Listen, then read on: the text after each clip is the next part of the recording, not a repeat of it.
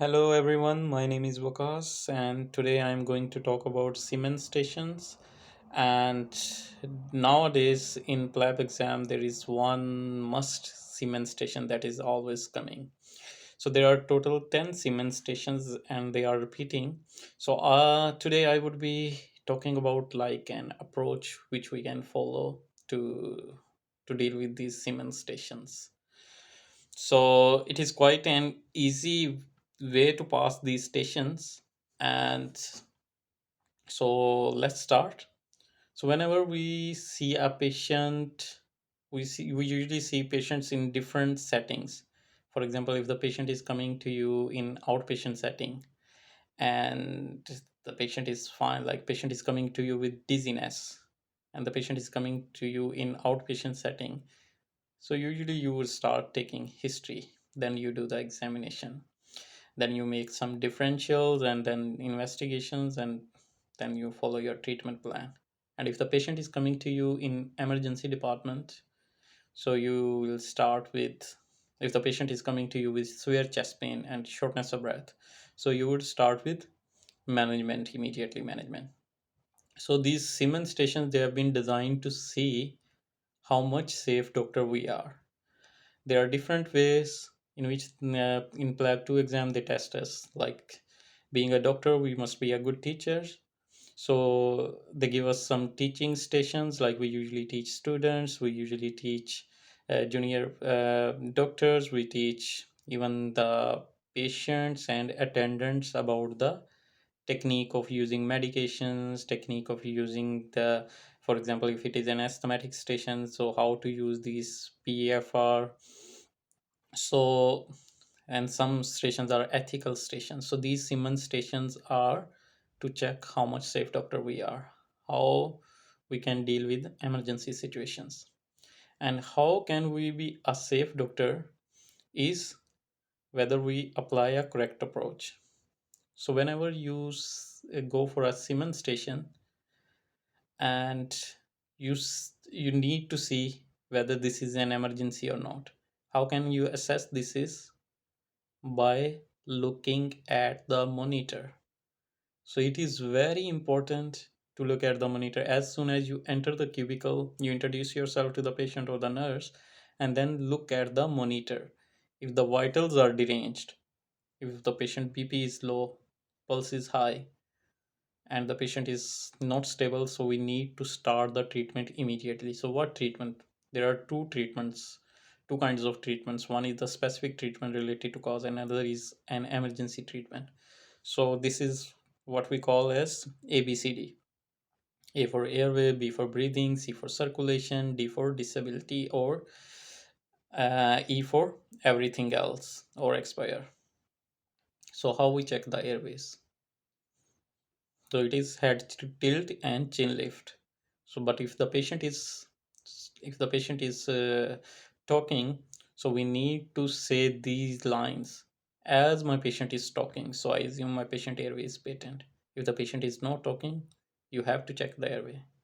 And if you see that the patient is talking and you just didn't say this line, that as my patient is talking, so I assume my patient airway is patent, it is also wrong. So we have to mention why we are not checking the airways.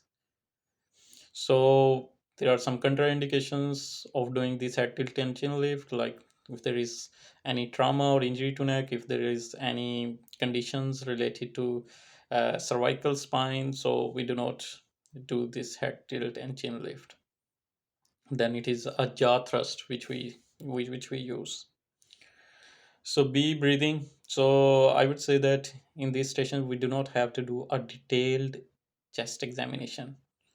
We will talk about exposure, privacy, and chaperone, why we are doing this examination. But just do the inspection and auscultation. No need to do percussion, no need to do the palpation. Circulation.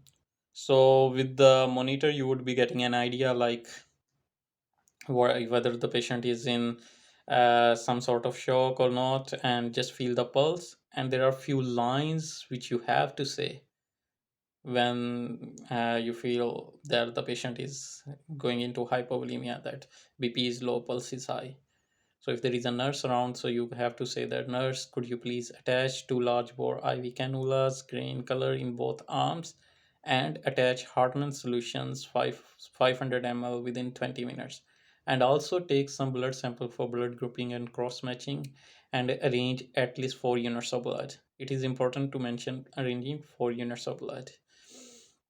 And also some blood sample for blood grouping, cross matching, bleeding profile, clotting profiles, and routine blood investigations. As soon as you said these lines, the examiner would improve the vitals. If the examiner is not improving the vitals, do not worry, bring seniors. So, being a junior doctor, we have our limitations. So, we need to realize what are those limitations. We are not superheroes, we are not Superman.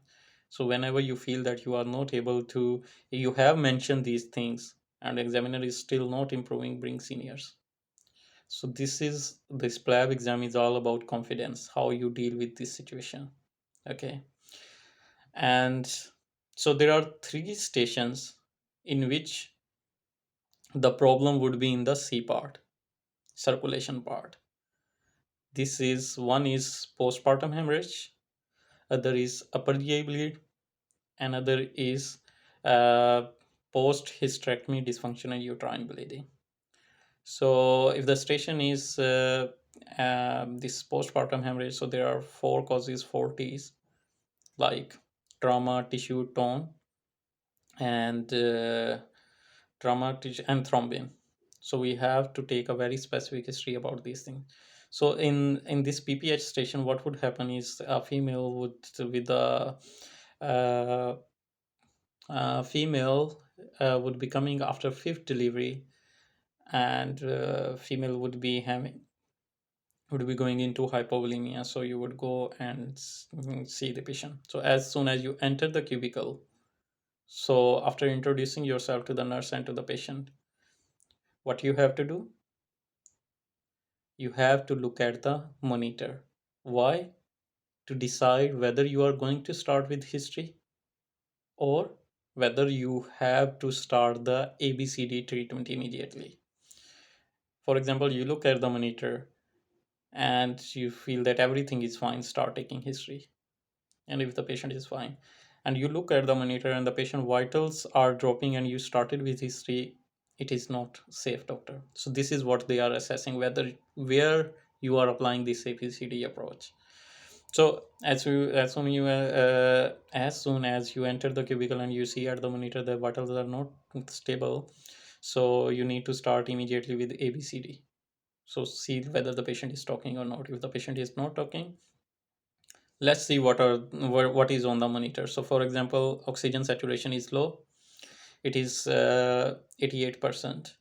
BP is low, it is 90/60. Pulse is high, it is 110 or 120. So what you need to say is, as my patient is talking, so I assume my patient airway is patent, so I would like to give my patient 100% oxygen at 15 liter per minute through Hudson mask or mask with reservoir bag. As soon as you said these lines, examiner would improve the vitals, oxygen saturation. When you look at the monitor, just do not look at the monitor. Verbalize whatever you see on the monitor, even if it is normal. So you said those lines, and the examiner improved the oxygen saturation.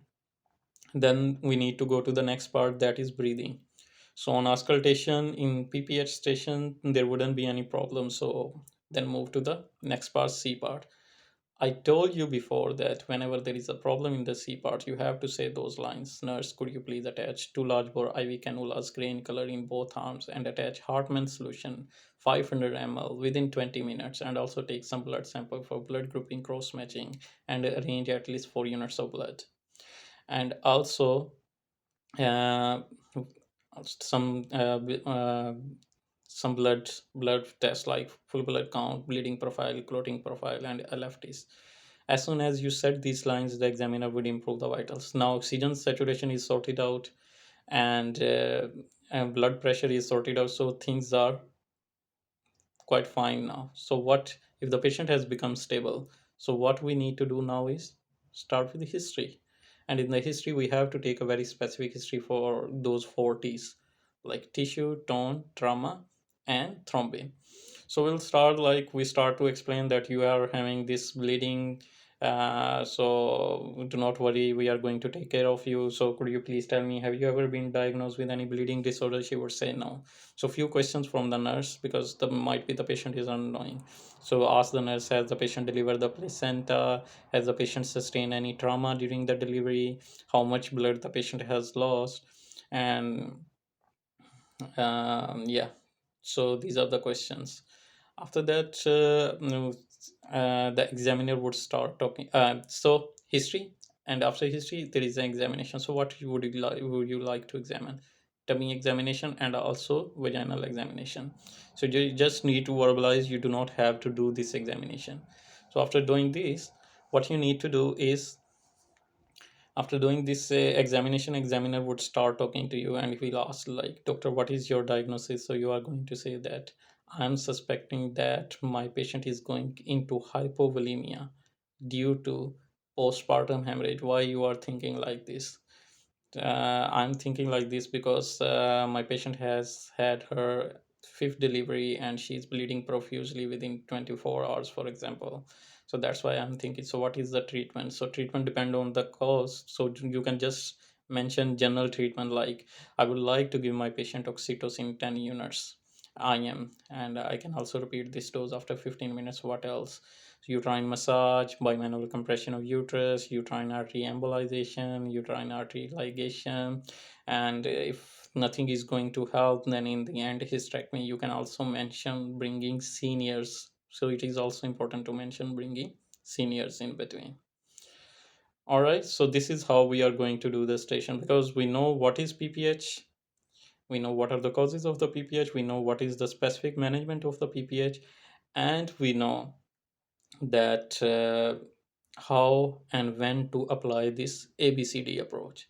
So as soon as you are doing this, you are a safe doctor. So in the next video, I will post other stations. I hope it was helpful for you guys. Thank you. See you.